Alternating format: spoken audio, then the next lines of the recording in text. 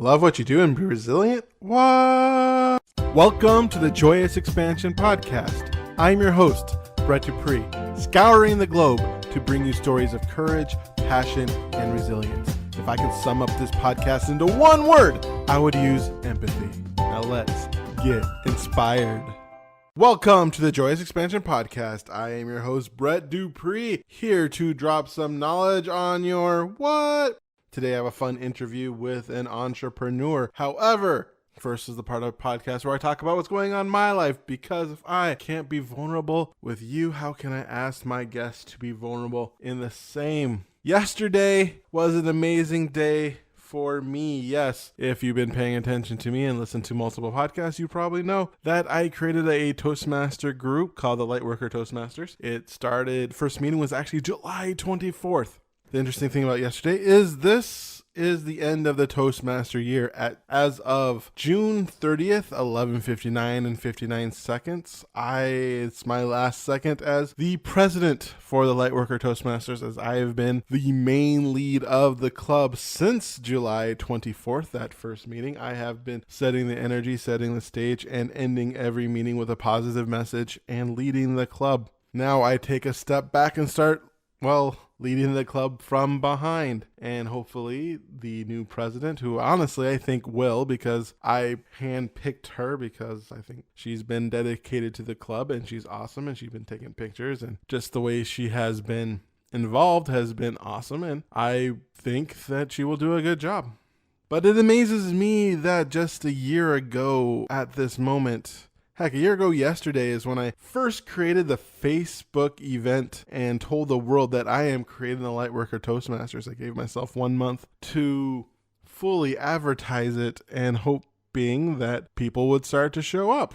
I had this idea of creating a Toastmaster club for people who wanted to make a difference in their lives. And Toastmasters is a wonderful organization that's helped me a lot in building my self-confidence and has build me up as a leader, and also has helped with my public speaking. If you listen to my podcast, I do not say many ums and ahs. My lexicon is so much better because of it. In fact, the editing my part is one of the easier parts, because honestly, I'm just listening to it and getting rid of some of my breaths. I do say a few of them and some so's, but for the most part, it's clean, and that's because of Toastmasters. Plus, you can hear that vocal variety, which is so important in keeping people engaged. But I've gained so much from Toastmasters, so I decided to create a Toastmaster club that I wanted to be a part of. And so I did.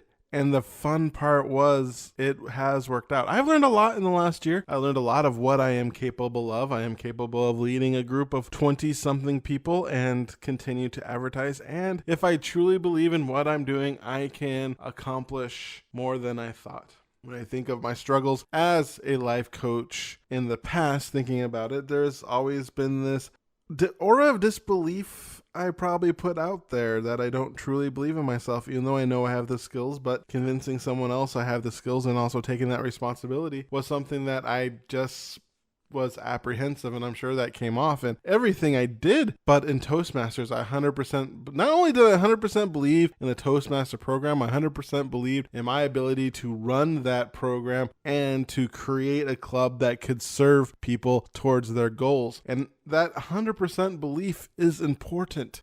And I know that is what I am missing in promoting my podcast. That's what I'm missing in promoting my speaking. That's what I am missing in almost anything I do when it comes to advertising myself, is truly having that belief in the back of my head, allowing those doubts to creep in, and that does not help. It doesn't help to set expectations low. You got to set them high and then meet them. And that's what I did with Lightworker Toastmasters, and I met them. And my leadership style wasn't perfect. I made some mistakes. I would say my biggest mistake is not setting expectations early on. I never sat down with the person I asked to help me down in Stoles. We never sat down and discussed what a meeting would look like. We just both did it. Both kind of, this is what we're going to do. And then if we had something that kind of clashed, we had a conversation about it. And sometimes she got her way, sometimes I got my way. And we created a club based off that. But the interesting part is the mentors that we have. In Toastmasters, you have sponsors, then you have mentors of clubs. Generally speaking, the sponsors sponsor the club and then disappear, and then the mentors come in and run it. The thing is I sponsored this club to be my club. I want to be a member of this club. So I wasn't going to go away and I wasn't going to hand off the reins to someone else. I am the leader of this club. And I should have set those expectations, which did cause some resistance with one of the people. He's an awesome person and he just wasn't a fit. But I think if I set my expectations, he probably would have been more of a fit because he probably felt some apprehension on exactly his role. But the thing is I'm a 9-year Toastmaster. Don is an 10-year Toastmaster. We both know how to run a Toastmaster meeting, so we don't need someone to help us with that. So that was one of my mistakes. Another one I would say would be in January. From July to January, I was doing practically every Toastmaster officer role. I was VP of membership by sending stuff out. I was VP of education in the sense where I was setting all the roles, making up the meeting. I was Toastmaster for most of the meetings, especially at the beginning. I was president. I was leading everything. I was vice president public relations, as I was doing most of the public relations PR. I mean, Donna helped as well, especially with the membership stuff and making sure all the T's are crossed and I's are dotted. She was a great help. I'm not going to disregard her. I'm not trying to disregard her, but I'm just saying I was doing everything. And once January rolled around, people were starting to take on those roles that I was doing. And I was so happy to get them off my back. But unfortunately, I felt I let it get off my back a little too much and took too big of a step back from the leadership position. And because that's kind of my leadership style, is to sit back and trust people to do their job. Some people did, some people didn't. Some people exceeded, but it's minor because honestly, it's a strong club. We are over 25, 26 members who are mostly regular, attending at least twice a month, I would say. Once or twice a month. We have at least 20 something members who do that. And then some who sprinkle a little bit more. It's been a great experience being able to let go. And I was feeling kind of emotional doing that because honestly, I can't believe it. It's not even been a year. It feels so much longer though. And it's over. But now it's time to take things to a new level. And I need to create this club so it doesn't need me. I need to help facilitate that, and handing over the presidency. Someone else is going to be the next step in making sure this club can survive without me. Not that I plan on leaving anytime soon. It's just I can't have the weight of the club on my shoulders every week for the rest of the year or the rest of the time. Plus, it won't survive. I don't have that energy to continue to devote my life to one club. It's just not possible. And the more people who step up, the better. And that's how clubs truly survive, by people stepping up. If you want to talk about stepping up, that brings us to our interview, Naresh Vissa, who another person's trying to figure out, should have asked how to pronounce his last name, but he has lived a life of stepping up. And I'm sure you're going to enjoy this interview. Let me tell you a little something about him. Naresh Vissa is the founder and CEO of Krish Media and Marketing, a full-service online and digital media and marketing consultancy and agency. He has worked with CNN Radio, JP Morgan Chase, EverBank, the Institution for Energy Research, Houston Rockets, Houston Astros, the American Junior Golf Association, Agora Financial, Agora Publishing. He's also the #1 best-selling author of 50 Shades of Marketing, Whip Your Business into Shape, PODCASTNOMICS, and of course his new book, From Nobody to Best-Selling Author, How to Write and Publish and Market Your Own Book. He's been featured in USA Today, Yahoo, Bloomberg, MSNBC, Huffington Post, Businessweek, MSN Money, Business Insider, India Today, Hindustan Times. And so here is my interview with Naresh Vissa. Hello, Naresh, and welcome to my podcast. Hey, good to be here. Looking forward to it, Brett. So it says here you're an entrepreneur. How'd you get into that? It's been a journey. It was not something that happened overnight by any means at all. I've always wanted to be an entrepreneur, going all the way back to probably my high school days. And the reason for that was not because of the liberty or the freedom or the autonomy that entrepreneurs have. I've come to realize that over the years, but the reason that I wanted to become an entrepreneur back then is simply because in school, I'd see some of my friends, the cars they drive, the cars their parents would drive, the houses, the nice big houses they'd live in. And almost all of them said, oh, my dad started some company or some business, whether it's a medical practice or a law practice or an oil and gas company, engineering company, you name it. They all kind of said the same thing. So I was thinking, well, why doesn't everybody do that? If this is the type of life and lifestyle you're going to have, why doesn't everyone become an entrepreneur? Because I was very naive. I had no idea what it took to be an entrepreneur. I didn't even know what it was, to be honest, or how difficult it was. And then as I started to learn business towards the end of my high school career and then went to college, took business classes, and two of my majors were in the business school, I started to realize, A, that I wanted to pursue entrepreneurship. And I started to get extremely interested in it. But B, I felt like, man, this is tough. This is legitimately hard. I can't do it. Like, I didn't have any skill set. I didn't have any expertise. So I said, I almost kind of let go of my entrepreneurial dreams and just did what I call a side hobby while I was in college. Never thinking that side hobby would end up launching my entrepreneurial career. It was just kind of a way to make some money on the side. And that side hobby was producing terrestrial radio shows. That's what my side hobby was while I was in college, to just make some money on the side, like I said. So I went to college, went to graduate school, always had this side hobby, and then worked several full-time jobs at big household name companies, and then also at a smaller technology e-commerce company. It was at the technology e-commerce company that I learned the ins and outs of the online and digital marketplace. And I was able to take the skills that I learned there to apply it to my side hobby and to launch a business out of it. And initially when I launched my business, I honestly thought, okay, this is probably just going to be a 1-year thing, and then I'll just go back and get a full-time job maybe if it's not working out. Well, 1 year later, it was working out very well. And I said, well, there's no need to go back and get a full-time job. I can just keep doing this. Long story short, that was about 6 years ago. And now 6 years later, my company, Krish Media and Marketing, it has clients in about 6 different countries. We employ close to 13 people all over the world. Like I said, we've been in business for about 6 years, and last year was our best year to date. And hopefully this year is better than last year. And things have been looking up. Things continue to look up as we move forward into the future. Congratulations on having your best year. Thank you. Thank you. I appreciate that. A lot of it is luck. A lot of it is hard work and figuring things out and working smartly. Almost 6.5 years later, I can say that I'm still very, very pleased with where we are. And when I say we, initially it was just me, and it was always me and where I am. But now it's we, because we have some great talent, great services, great partners, clients, affiliates, etc. And so all has been well for the most part. Well, they do say that success is where hard work and luck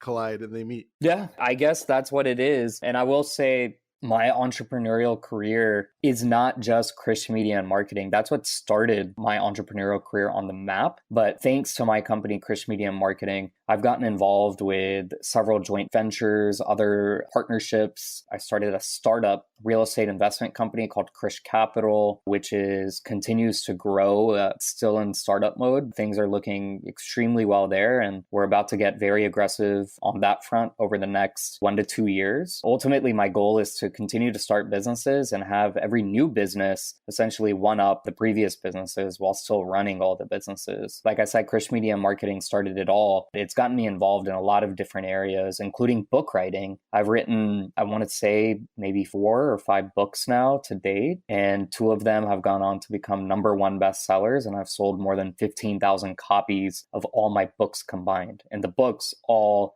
deal with technology, pretty much what my expertise is, which is technology, e-commerce, online and digital, that area.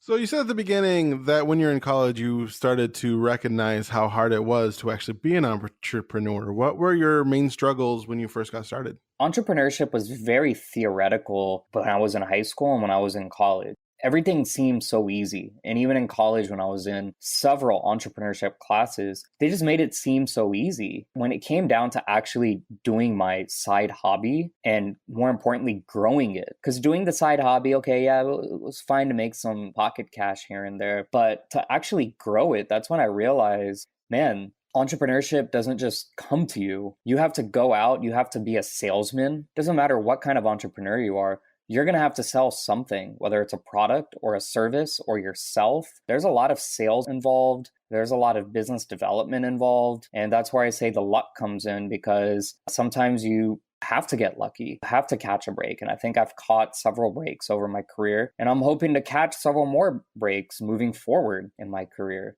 So when I say that entrepreneurship was very difficult when I was in college, people just think, oh yeah, I'm going to start the next Facebook. Or for a young kid, like I was in high school, and you see your friends' parents driving these cars and owning these big houses. And you say, oh, why didn't my parents become entrepreneurs? Why didn't my uncle or aunt become entrepreneurs? This is what I'm going to do. And I think part of it is maturity. As you kind of get older and you mature, you realize that's really hard stuff. Being a salesman is really hard, especially if you're selling your own stuff that you have innovated. There's a lot that you have on your back, riding on your shoulders. I think that answers kind of why entrepreneurship can get so difficult. And it's largely because you have to be able to do everything. You can't be one-dimensional. So what you're saying is, it's not like the field of dreams. If you build it, then they'll come. You actually have to do the work. Yeah, you actually have to do the work. You actually have to work. But I will say one of the benefits of entrepreneurship, especially once you have cash flow coming through the door, one of the benefits is you can hire people to do the work. But to get started, that's the hardest part. To get that first client through that door, that's very hard. And then to get that second after the first is even harder. But once you can start doing that and have cash flow coming in, then you can start outsourcing or hiring people to do a lot of the work. But at the end of the day, it's still your company, unless you really grow it into corporation and you're able to become a chairman and just take a step back and trust the people who work for you. But in my case, I'm a small business guy. I'm just a small business. And most small businesses in the United States, they do anywhere between $60,000 to $600,000. Some of them are one-man businesses, one-man shops that do well below $60,000. So in my case, I fall into that range of six figures. I'm not at a stage to where, like you said, where I can't do any work, where I just hire somebody to run the entire thing and just sit back and enjoy life. I mean, I do enjoy life, don't get me wrong. And I do sit back a lot. I'm still the CEO of Krish Media and Marketing, and I'm still starting other things and running my business. So there's a lot of work and management involved. So with all that hard work and dedication, how do you keep yourself focused? There's actually a four-pronged approach this is just my practice or my opinion. But the first step in focus, I think, is when you're doing stuff that you like doing, then you're just automatically focused. And what I mean by that is, people ask me, they say, hey, Naresh, so what are you going to do when you retire? I tell them, I actually retired 6.5 years ago. My friends who have known me for a while, they say the same thing. They say, you've been retired ever since you graduated from college. And that's largely because A, my lifestyle, but also B, because I've never treated what I do like a job, as something that I have to do. In fact, in my life, most of the stuff I do is stuff that I want to do. When you're doing anything, whether not just your business or work, but whether it's a hobby or playing a sport, if you're doing something that you genuinely like doing or love doing, you're going to be focused. It's automatic. And in my case, even if I had today $1 billion and I didn't have to work another day in my life or make another dollar to support in my life, I'd still be doing the same stuff that I'm doing today on a day-to-day basis. I'd still be doing it for the same pay, simply because I really enjoy the people who I work with. I enjoy my team, both in-house, outside, my clients, my partners, my affiliates. And then most importantly, I love the experience and I love learning. Those go hand in hand, experience and learning. Really enjoy it. And I still feel like there's a lot more to learn and to accomplish. So that's what keeps me focused and that's what keeps me going. As far as the practice goes that I mentioned earlier, I told you number one is really passion and liking what you do. But number two is I try to stay mentally, spiritually, physically, and emotionally sane and fit. And I think that really not just adds discipline to my work, but it adds discipline to my life. And so what I mean by that is physically, I think it's very important, especially since I have a technology business. So I do the bulk of my work out of home. So it's important to get out, go out for a run. I play basketball every week. I play tennis every week. I do yoga. I just try to stay physically in shape and just physically fit because it just makes me feel better. It makes me feel more accomplished. And there have been numerous studies done that exercise is one of the leading contributors to happiness and obviously a longer life, but to overall happiness, even a bigger contributor than money. Being physically able and fit is very important to not just me, but many entrepreneurs out there and small business people. But then there's a spiritual side. Spiritual is not necessarily God or religion. I happen to be somebody who is religious, but spirituality to me is just simply being thankful for living every day, being thankful for the life that we have. Every day I somehow give thanks in some way. And I think about just how fortunate I am in what I have right now and what I've had in the past and what I've been given. Then as far as being mentally fit goes, mentally to me simply means keeping the brain and the mind, really keeping the mind sharp, exercising the mind. And I do that through my writing. I told you about the books that I write. I also do it through reading. I read a lot of books, of newsletters. I listen to a lot of podcasts, try to be intellectually curious. So that's kind of, it tests my mental muscles. And then I also play a lot of chess, whether it's through a chess app or joined a group about 3 years ago, plays live in person every week. So that's how I say mentally fit. And then emotionally fit, that's essentially just being around good people, marrying the right person, having the right friends who bring you up instead of bringing you down, who you have fun with and enjoy being with or around instead of hating them or talking ill about them. I think all four of these areas, mental, physical, spiritual, and emotional, they help keep you focused in all facets of life. And some people tell me, they're like, man, your life is like a schedule. Like, because yeah, it is. I have a calendar and I have certain time slots set aside for all these things that I mentioned to you, but it's what keeps me mentally, or it's what keeps me focused in all facets. And I think it's definitely worth it. And this is what's worked for me extremely well. I'm curious, in your business life, what has been your biggest quote unquote failure and how did you push through it? Or disappointment would be a better word. Well, there are disappointments all the time in business. And in my case, I'm very fortunate that I started young. Young meaning no one really knows what's young, what's old these days. But I was in my mid-20s when I got started. So I didn't have kind of the risks, or I had a much larger risk appetite. And I didn't have the strings that are attached to a male provider for a family of 5. It was just me. I was single and I was able to take risks. And so a lot of what I didn't turn out fine. Krish Media and Marketing, yep, that's fine. Krish Capital, my real estate investment firm, going well. So far, so good. A few other ventures that I've been a part of, all right, going fine. Some of the books I wrote, doing well. But I've probably written a book or two that just completely flopped. I've shut down multiple businesses. I want to say probably 4 or 5 different ventures that I've been a part of, partnerships, even some solo things that I didn't work out. But at the end of the day, the only risk that I took was maybe a few $1,000s and time.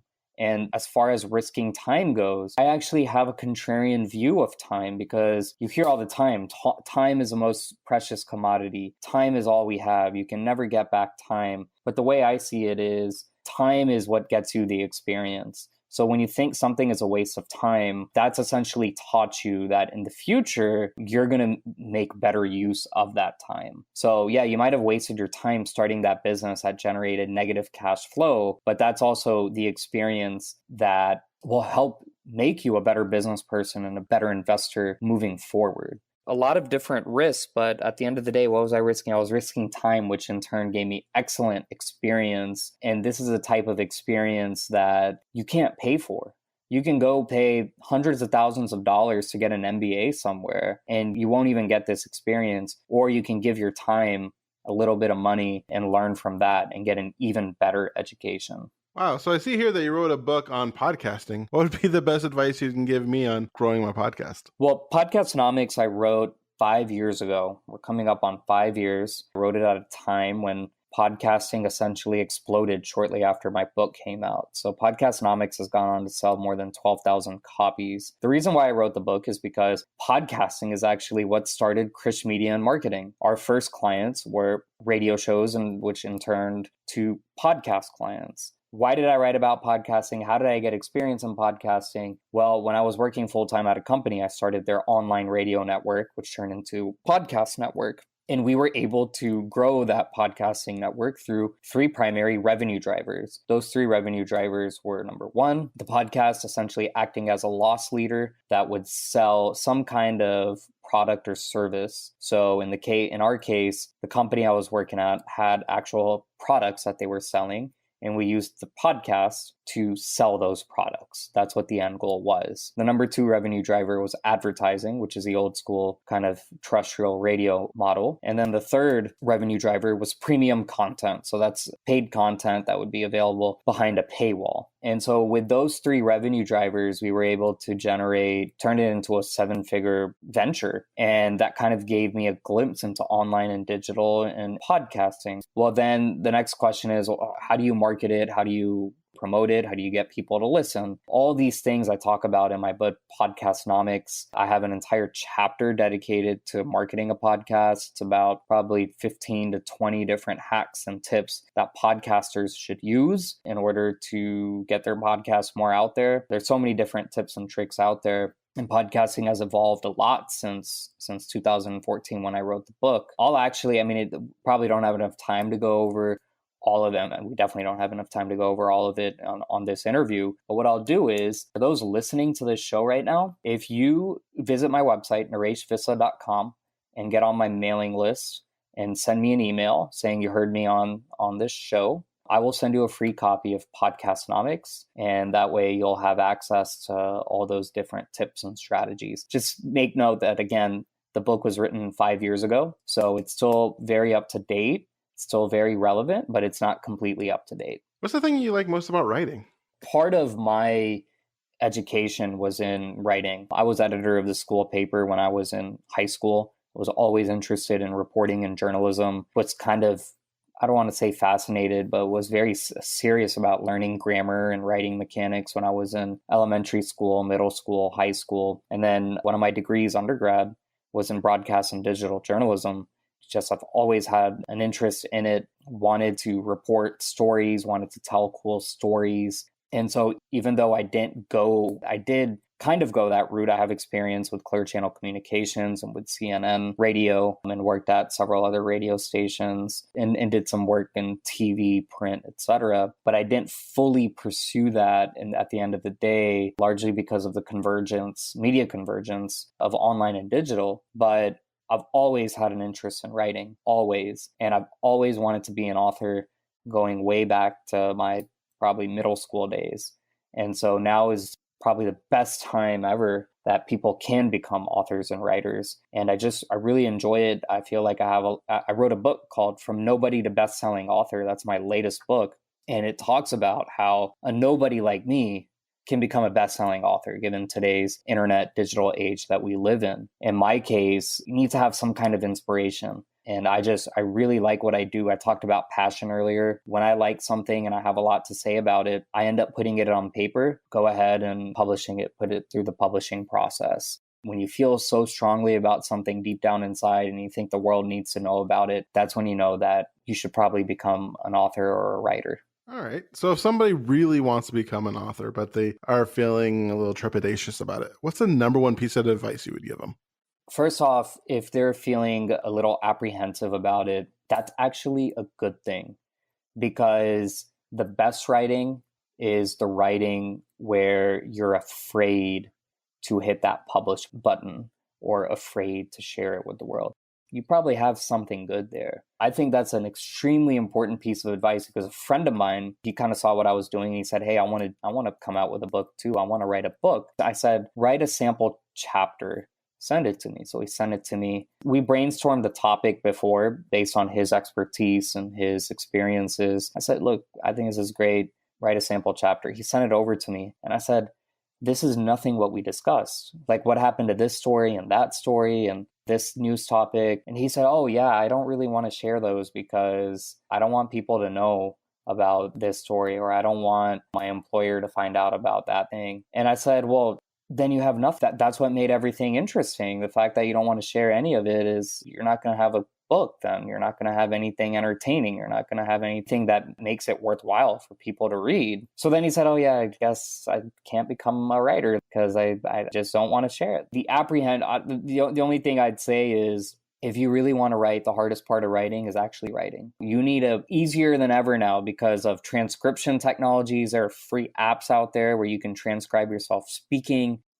You got to start writing. You got to do it because it's hard. It's very hard. And you don't know how many people have come up to me saying they're working on their book, and I run into them 3-4 years later and they're still on chapter 1. So you just have to start doing it. Just do it. That is great advice. So we are getting to the end of our podcast, our interview together, our podcast. And one thing I like to ask people is for 1 minute of motivation. You can imagine this something along the lines of, you have a time machine and you get transported down to your 8-year-old self, and you want to give yourself the advice that it takes to take you to the next level. But unfortunately, you only have a minute, or basically, and think about taking your whole life's work and condensing it down to a minute. So are you ready? I'm ready.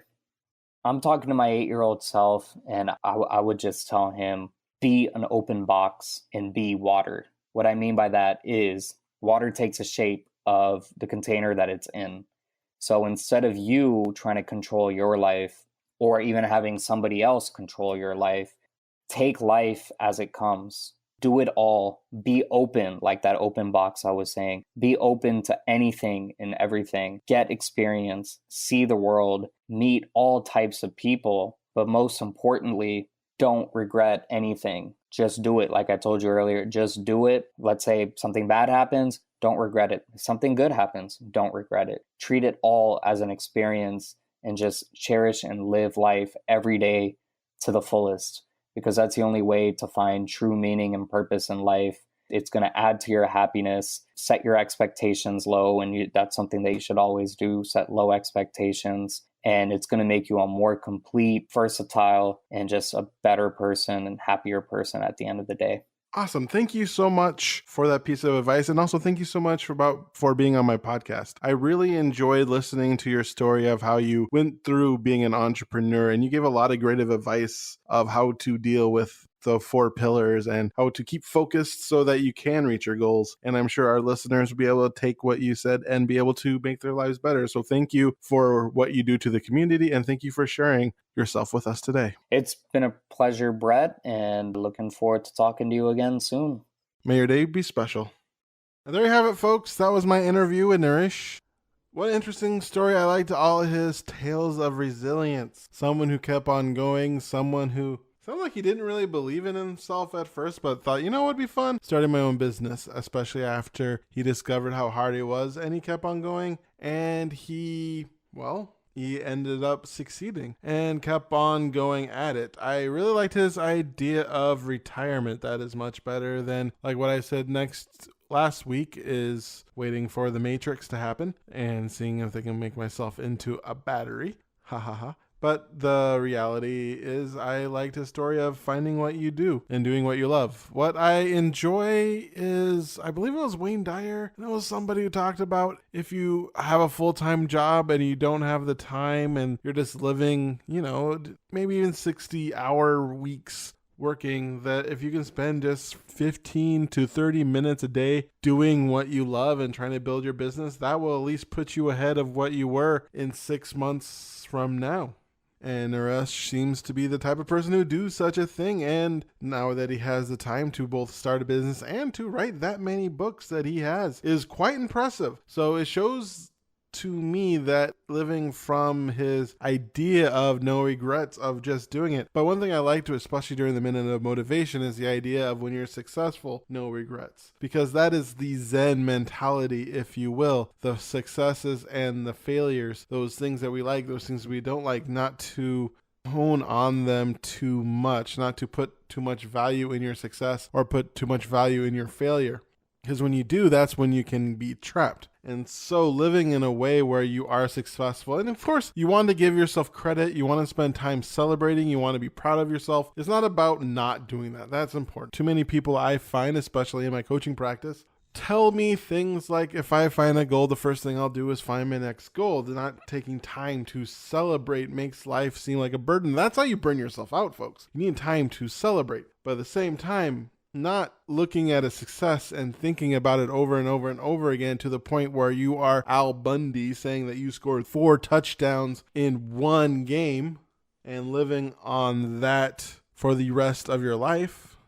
I mean, success is awesome. Success breeds success. Learning from failure will help you get success. So living in a way that doesn't put too much value into either, but learning from your successes and learning from your successes and learning from your failures, and honestly celebrating your successes and celebrating your failures, celebrating the fact that you tried. Most people don't. Most people will sit on their couches and complain, and you did it, even if you failed. It's like that scene in Little Miss Sunshine where the father who's trying to be I believe he's trying to be a motivational speaker or write a book, and his book published, if I remember correctly, this just came up, but his book publisher came back and they rejected his book, and he was feeling sad, and I believe his father-in-law came up to him and just talked about how you tried, and that's what matters. You got up and you put your heart and soul into it, and you did it. And most people don't. Most people sit on the sidelines. So now is the time to get off the sidelines and go for it. The only thing you're going to regret in life are the things that you did not try, things that you did not do. If you want more information about Naresh, you can find him at www.krishmediamarketing.com. Also at www.nareshvissa.com, NARESHVISSA.com, where you can also find him at LinkedIn, Naresh Vissa, Twitter, X, Naresh X, and Instagram, RNARESH15. You also can get on free copies of his books by getting on his email newsletter at www.nareshvissa.com, and then contact him through the site. Tell him that you found him through my podcast. You already see how many free books you can get out of him, folks.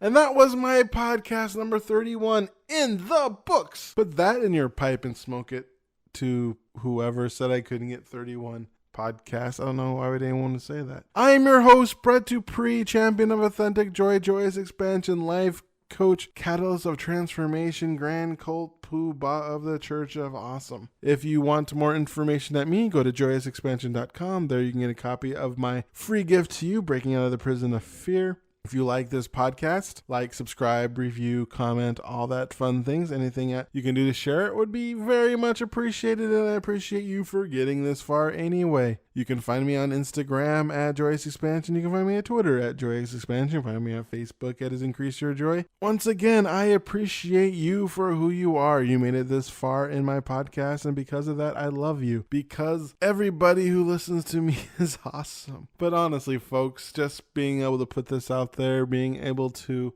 put my heart and soul in each and every podcast and interviewing people and having people listen to it has been so much fun in the last year of doing this podcast. My first podcast came out a week from next week. So next week is my year anniversary of doing this. And so I will tell you that I love you for who you are. I appreciate you for listening to me and sticking by me.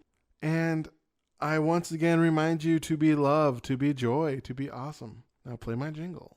JoyousExpansion.com. JoyousExpansion.com.